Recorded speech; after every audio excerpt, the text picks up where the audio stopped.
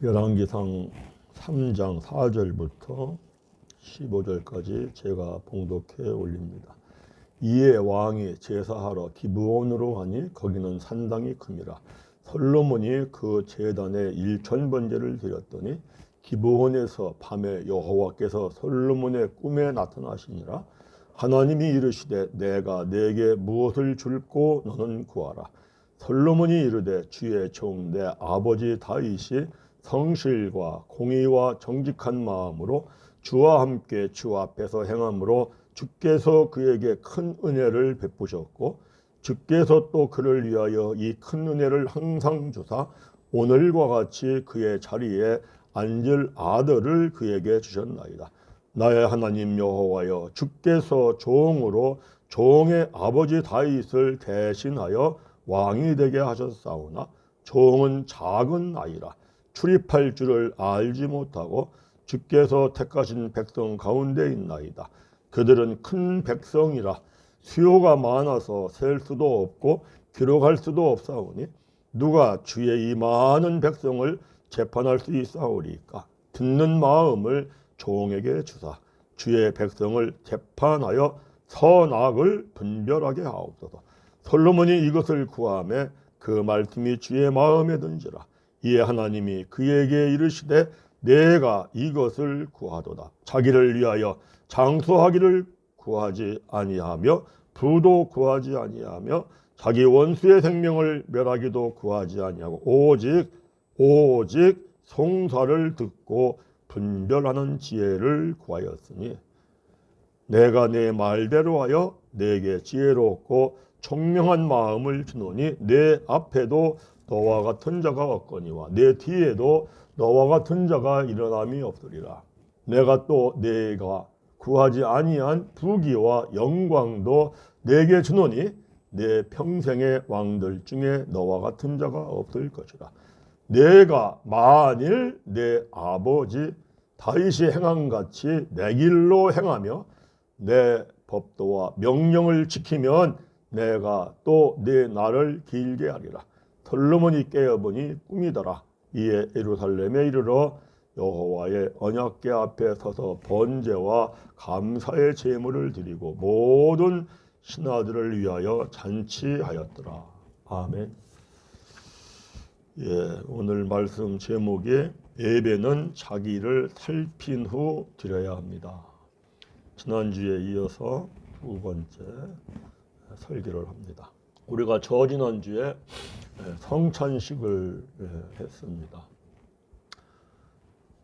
성찬 예식은 예수님이 마지막 만찬한 것을 기념하는 그러한 예식이죠. 그래서 마지막 만찬이 매우 중요해서 사복음서에 다 나옵니다. 마태복음에도 나오고 마가복음에도 누가, 요한복음, 사복음서에 다 나오는 그러한 말씀이니까 매우 중요한 말씀입니다. 이 말씀을 사도 바울이 고린도전서 11장에서 성찬 예식에 대한 말씀을 합니다. 그런데 그 말씀 보면은 매우 강조하는 게 있습니다. 나를 기념하라. 그러니까 떡을 먹을 때 나를 기념하라. 또 잔을 마실 때마다 나를 기념하라. 마실 때마다, 떡을 먹을 때마다, 마실 때마다 나를 기념하라. 그래서 기념하라는 말씀을 거듭 두 번을 말씀합니다. 또 자기를 살피고 먹어라. 자기를 살피고 먹어라 하는 살피라는 것도 거듭 두 번 말씀합니다. 만약에 자기를 살피지 않고 떡을 먹고 잔을 마시면 죄를 먹고 마시는 것이다. 이렇게 말씀합니다. 그래서 반복적으로 두 번씩 하는데 사실은 이 말씀을 뜻으로 깨달아서 결과적으로 보면은 똑같은 말씀을 네 번을 반복하는 겁니다. 네 번을. 왜 그러냐면은 나를 기념하라 하는 거는 원어의 뜻을 보니까 생각나게 하라. 생각나게 하라는 거예요. 그러니까 생각하라 하는 거하고 생각나게 하라 하는 건 다른 겁니다. 생각은 그냥 나서 하는 거예요. 근데 생각나게 하는 거는 내가 의지를 가지고 억지로라도 생각을 해라. 이렇게 자기 의지가 들어가는 거예요. 그럼 뭐를 생각나게 하라 하느냐면은 예수님이 십자가에서 피 흘리실 때 머리에서 피를 흘리신 걸로 우리의 머리로 지은 죄를 다 보혈의 피로 씻어주신 걸 생각나게 하고 온 몸으로 지은 죄를 예수님이 십자가에 흘린 온몸에서 흘린 보혈의 피로 우리의 죄를 다 씻어주신 것을 생각나게 하고 양손과 양발목으로 내가 휘두르지 말아야 할 죄를 내가 가지 말아야 할 곳을 다녔던 그 죄를 예수님이 십자가에서 흘린 양손과 양발목에서 흘린 보혈의 피로 씻어서 깨끗하게 아주 생각나게 해서 의도적으로 생각나게 해서 깨끗하게 정결하게 한 후에 떡을 먹고 잔을 마시라. 아멘. 이 매우 중요한 거죠. 그래서 정결하게 한 다음에 떡을 먹고 잔을 마셔야 한다. 그럼 살피라는 건 뭐냐? 살피라 하는 것도 너가 정결해졌는지 그렇게 정결해졌는지 살피고 또 떡을 먹을 때 먹고 마시는 건 단순하다. 그래서 단순하게 내가 말씀에 순종할 거야 하는 마음이 되어 있는지를 살펴보고 또 내가 하나님의 말씀을 먹어서 마음이 돼야 돼. 그래야 새 언약이 이루어져. 이런 너의 마음이 되어 있는지 살펴보고 그리고 또 하나는 말씀이 마음이 되어서 정말 너의 인생에 만족을 얻고 기쁨을 얻으리라 하는 마음이 되어 있는지 살펴보고 그리고 떡을 먹고 잔을 마시라. 그러니까 결론적으로 보니까 기념하라 살피라 하는 것도 다 뭐냐면은 너 자신을 성결한가 정결한가 살펴보고 생각해보고 점검해보고 그리고 마음이 정결해진 상태에서 마음이 내가 하나님의 말씀을 깨닫고 순종하고 말씀이 마음이 되고 그리고 내 말씀으로 내 인생의 만족과 기쁨을 얻으리라 하는 마음을 살펴보고 그리고 떡을 먹고 잔을 마시라. 아멘.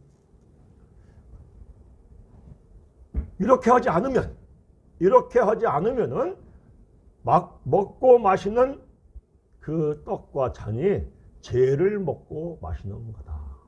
죄라고 하는 거는 욕심이 죄거든요. 크게 되고자 하는 게 죄잖아요. 그러면 영이 죽죠. 욕심이 잉태한 즉 죄를 낳고 죄가 장성한 즉 사망을 낳느니라. 그래서 예배를 드리면서 영이 살아나야 되는데 오히려 영이 살아나는 게 아니라 예배를 드리면서 영이 죽더라는 거예요. 그러니까 반드시 그렇게 살피고 그리고 먹고 마셔야 한다. 근데 중요한 건 뭐냐면은 뜻으로 깨달으면 예배와 성찬은 똑같은 것이다.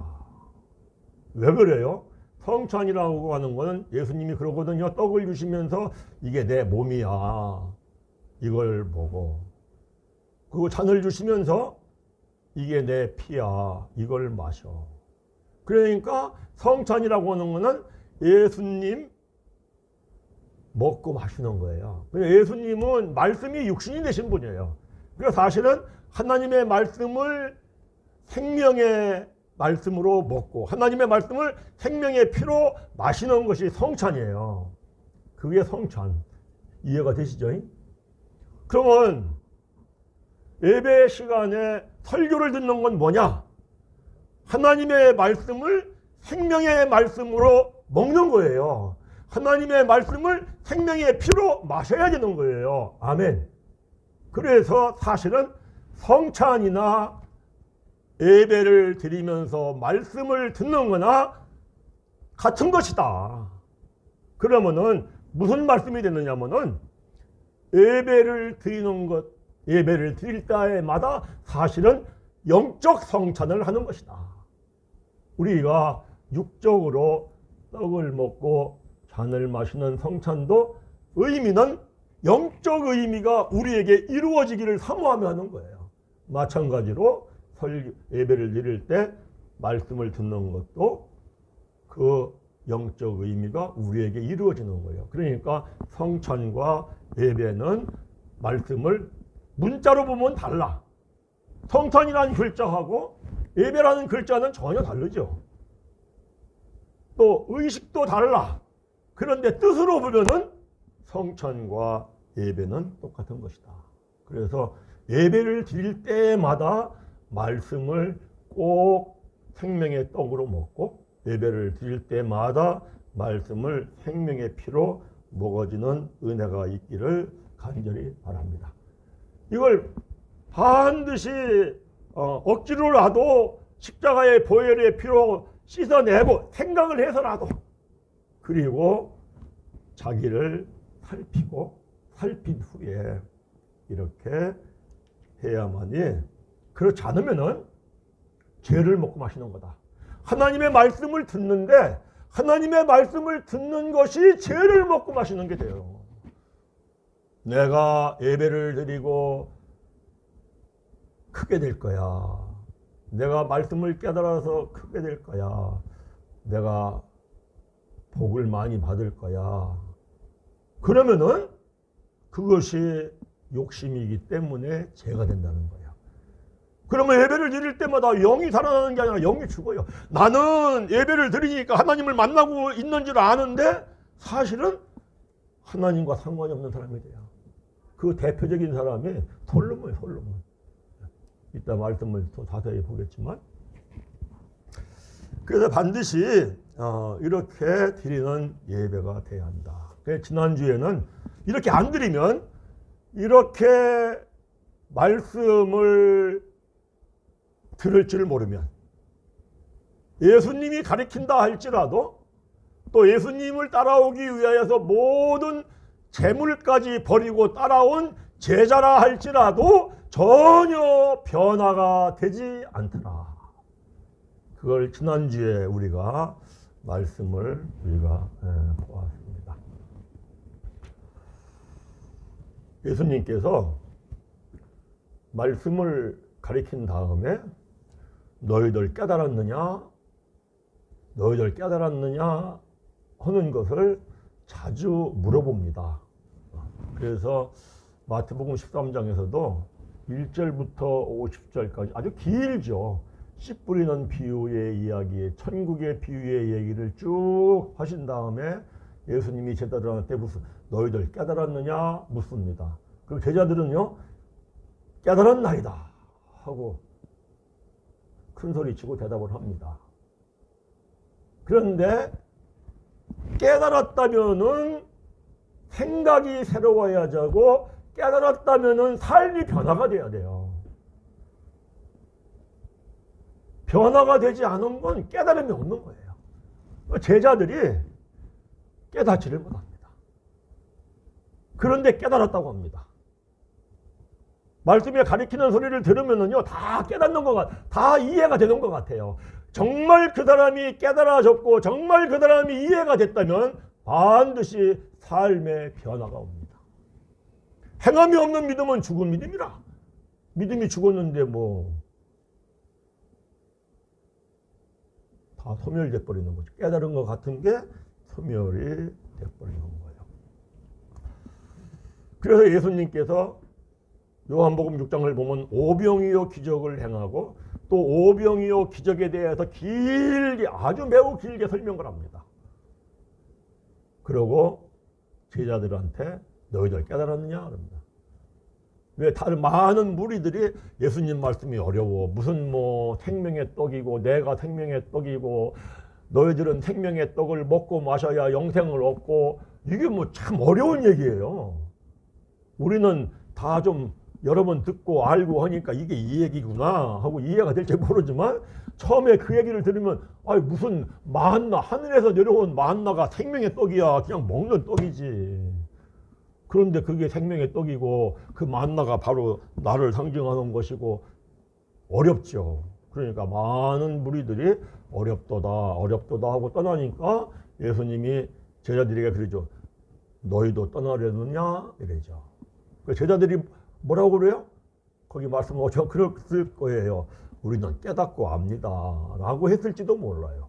그런데 마가복음 6장 52절에서 뭐라고 하냐, 그 사건에 대한 말씀에 대하여 제자들이 깨닫지도 못하고 오히려 마음이 더 둔하여졌더라. 왜? 오병이어 기적을 행하시는 거 보니까, 많은 무리들이 따라와서 왕으로 세우려고 하는 거 보니까 주님의 나라가 세워지겠네. 야, 그러면 우리는 주님의 나라에서 한 자리씩 하겠네. 그래서 예수님의 제자들이 예수님을 따라다니면서 끊임없이 생각하는 게 뭐냐? 그리고 자기들끼리 다투는 게 뭡니까? 누가 크냐? 누가 크냐? 심지어는 야고보와 요한의 어머니 살로메가 예수님한테 와가지고 주님의 나라가 세워지면은 내 아들 하나는 우편에 아들 하나는 좌편에 앉게 하옵소서. 그러죠. 그래서 무슨 생각이냐? 항상 크게 돼야 한다 하는 이 생각을 가지고 제자들이 예수님을 따라다닙니다. 그래서 예수님이 제자들에게 말씀을 가르치면서 너희 깨달았느냐 하고 여쭤보는 거예요. 말로는 깨달았다고 하는데 깨달은 것이 없습니다. 마지막 만찬을 합니다. 마지막 만찬을 할 때 예수님이 말씀을 합니다. 내가 이번에 감난산에 올라가면은 많은 고난을 받고 피를 흘리고 그러고 죽어. 그래서 내가 이게 너희들하고 먹고 마시는 게 마지막이야. 이 말씀을 예수님이 하시고 그리고 떡을 주고 잔을 주십니다. 그러면은 제자들이 야, 이번에 감난산 올라가면은 예수님이 죽으니까 다시 못 만난다는 말이야? 그러면 감난산에 올라갈 때에 제자들이 어떻게 하면 올라가야 되겠어요? 눈물을 흘리고 통곡을 하고 마음을 찢고 옷을 찢고 그러면 올라가야 되지 않겠어요? 그런데 제자들이 감난산을 올라가는데 찬미하며 올라갑니다. 찬미하며. 왜? 할렐루야, 이번에 올라가면은 왕이 될 거야. 우리 큰 자리 할 걸. 항상 크게 돼야 한다는 생각으로 따라다니니까 가르쳐줘도 변화가 안 돼요. 가룟 유다가 우리가 지난주에 말씀을 봤습니다. 마지막 만찬을 하기 전에 너가 날 팔리라 말씀합니다. 그러면 가룟 유다가 회개하고 돌이켜야 합니다. 이거 예수님이 다 알고 계시네. 근데 가룟 유다가 어떤 생각을 합니까? 은 30냥에 팝니다. 은 30냥이 은 30냥 보잘것도 없는 돈이거든요. 그게 가치가 있어서 판 게 아니라는 거예요. 예수님을 팔아가지고 대제사장, 장로, 서기관들 앞에 세우면은 예수님이 아마 죽음을 당할 위기에 처하면은 죽은 자를 살리는 능력, 말 한마디 잔잔하게 하라면 풍랑도 잔잔해지는 능력으로 예수님이 한번 발칵 뒤집어 가지고 대제사장, 장로, 서기관들 전부 다 쳐버릴 거야. 그리고 예수님의 능력이라면은 로마 제국도 쳐버릴 거야. 왜? 가룟 유다는 열심당원이었기 때문에, 독립투사였기 때문에 그렇게 하면은 나라가 독립이 되고 나는 한 자리 할 거야 라는 생각으로 자기 생각, 자기 계산, 이렇게 처음부터 이런 생각으로 따라와서 예수님이 가르쳐도 계속 그 생각 속에 따라다녀. 안 변하대. 그래서 예수님을 팔았는데 예수님이 저항하는 게 아니라 그대로 죽으시더라.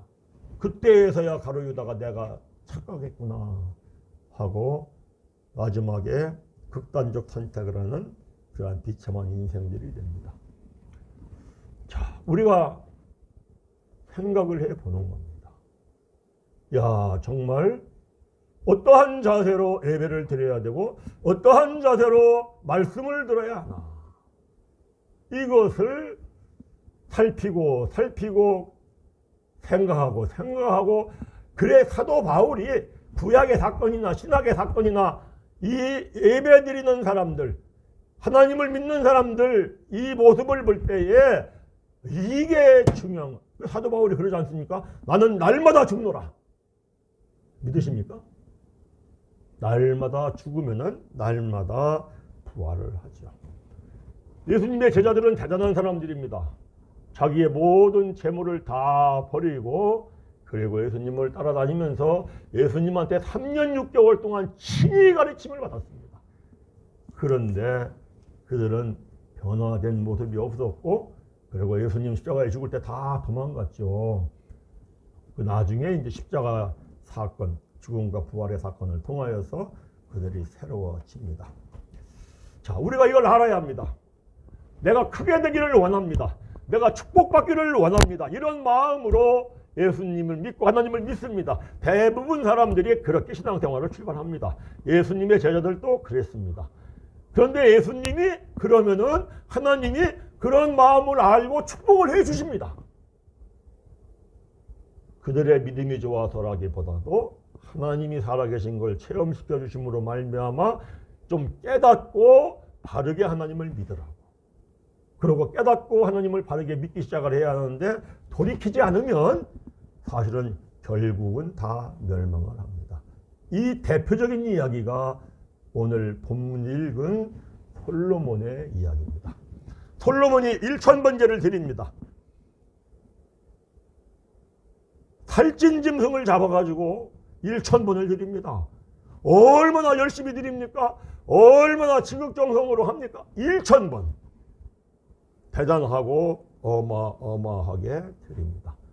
그런데 1000번을 번제라고 하는 것은 죄를 사함받는 제사가 번제예요. 번제를 드리는데 한 번도 죄를 사함받는 번제를 드리지 않습니다. 그래서 오늘 본문을 읽을 때 오직이라는 말씀을 제가 2번 읽었습니다. 오직 지혜를 구하더라. 오직 지혜를 구해. 오직. 거기 그러죠? 자, 거기 한번 가보겠습니다. 11절 읽습니다. 이에 하나님이 그에게 이르시되, 우리 함께 읽어요. 11절. 이에 하나님이 그에게 이르시되 내가 이것을 구하도다. 자기를 위하여 장수하기를 구하지도 아니하며 부도 구하지 아니하며 자기 원수의 생명을 배라고도 구하지 아니하고. 여기까지는 좋은 얘기인데 그 다음에 오직 송사를 듣고 분별하는 지혜를 구하더라. 오직 지혜를 구했어요. 왕이 됐으니까 내가 이제 송사를 듣고 옳고 그름을 분별을 잘해서 나라를 크고 부강하게 잘 세워야 돼.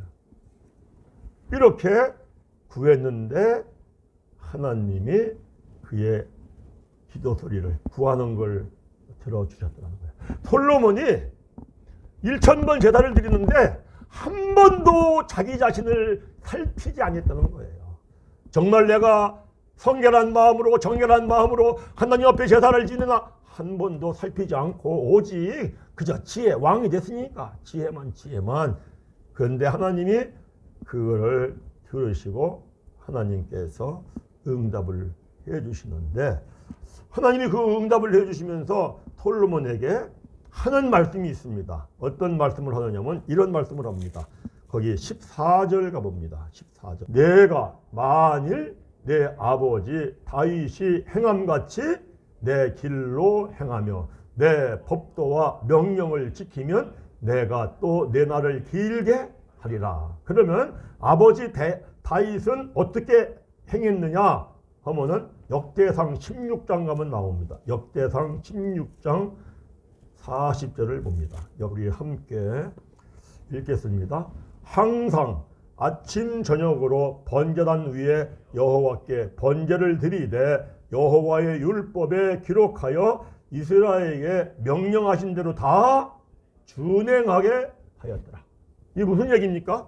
솔로몬은 1000번제를 드리면서 단 한 번도 하나님의 율법의 말씀대로 따라서 하지 않아. 그냥 자기 마음대로 해. 자기 마음대로. 자기 생각대로. 자기 계산대로. 그런데 솔로몬아, 너 앞으로 그러지 마. 앞으로 너희 아버지를 좀 닮아. 너희 아버지는 아침과 저녁으로 번제를 드리는데 그 율법에 기록한 대로 했어. 번제는 죄를 깨닫는 거잖아. 너 어떻게 1,000번을 드리면서도 한 번도 죄를 깨닫고 제사 안 받는 걸 안 드리고 계속 오직 지혜만 구하냐? 너 그러지 마. 그러지 말고 너 아버지처럼 그렇게 하고, 그리고 너 네 맘대로 하지 말고 너 좀 율법의 말씀을 좀 준행을 해.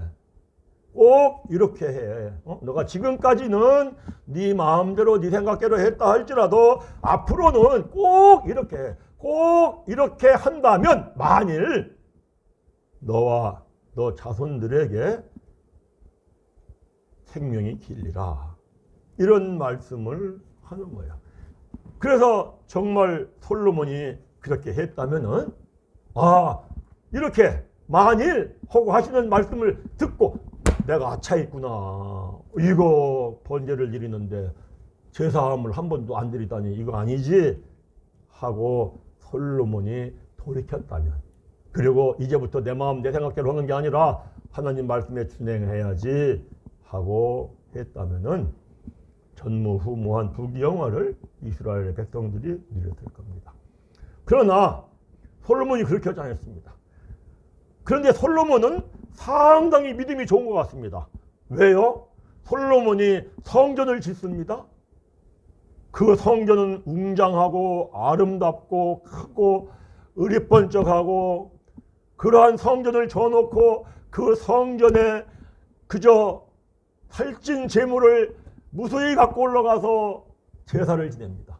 그럼 사람들이 볼 때에 얼마나 솔로몬이 얼마나 믿음이 좋다고 생각을 했겠냐고요.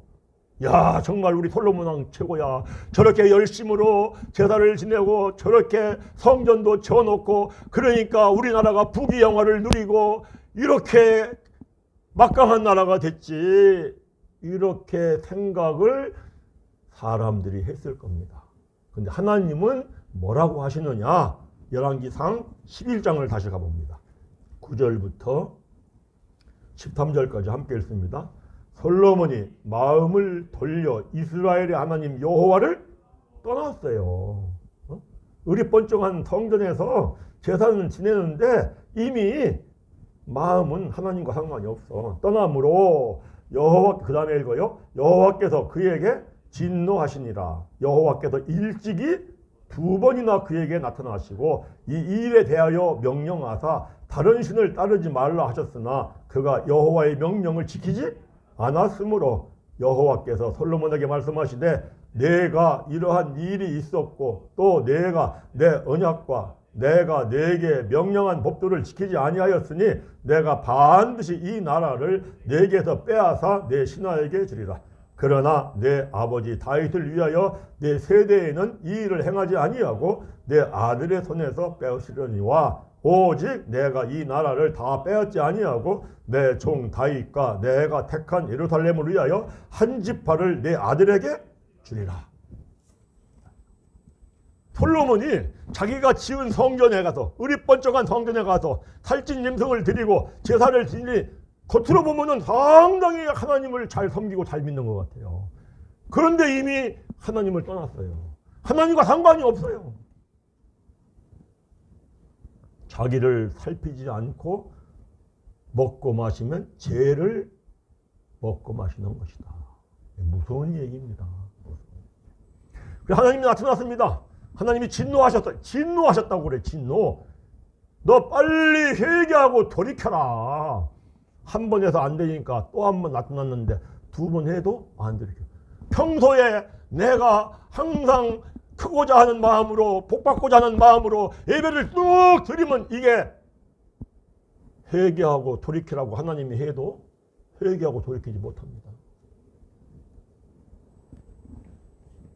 하나님이 그러십니다. 내가 너의 죄로 말미암아 남과 북으로 갈릴 것이다. 북쪽에는 10지파를 두고 남쪽에는 2지파를 둔다. 그런데 하나님이 이렇게 말씀하고 갈르질 않아요. 솔로몬 왕이 죄를 졌기 때문에 그 심판으로 남과 북을 갈른다 이렇게 말씀하고 갈르질 않습니다. 솔로몬 시대에 갈르질 않습니다. 솔로몬이 죽은 다음에 르호보암이 왕이 됐을 때에 여로보암이 르호보암 왕을 찾아와가지고 따지는 거죠. 이제 우리에게 좀 분담금을 좀 낮춰달라. 오늘날로 말하면 세금을 좀 낮게 해달라 이런 얘기죠. 그래 낮게 안 해주니까 남과 북이 갈라집니다. 그래 겉으로 볼 때에는 전부 다 분담금 문제로 오늘날 말하면 세금의 문제로 나라가 갈라진지 알죠? 그러나 실질적으로는 그게 아니더라 이거예요. 솔로몬의 죄 때문에 나라가 갈라진 거죠. 나라가 12지파가 하나가 돼가지고 살아가도 이웃의 강한 나라들을 이길지 말지 한 판인데 나라가 갈라져서 지끼리 싸매. 그러고 적과 연합해가지고 또 싸매. 그래 또 이기든지 지키든지 자기들이 망해요. 결국은 솔로몬 때문에 이스라엘 나라는 멸망을 하는 겁니다.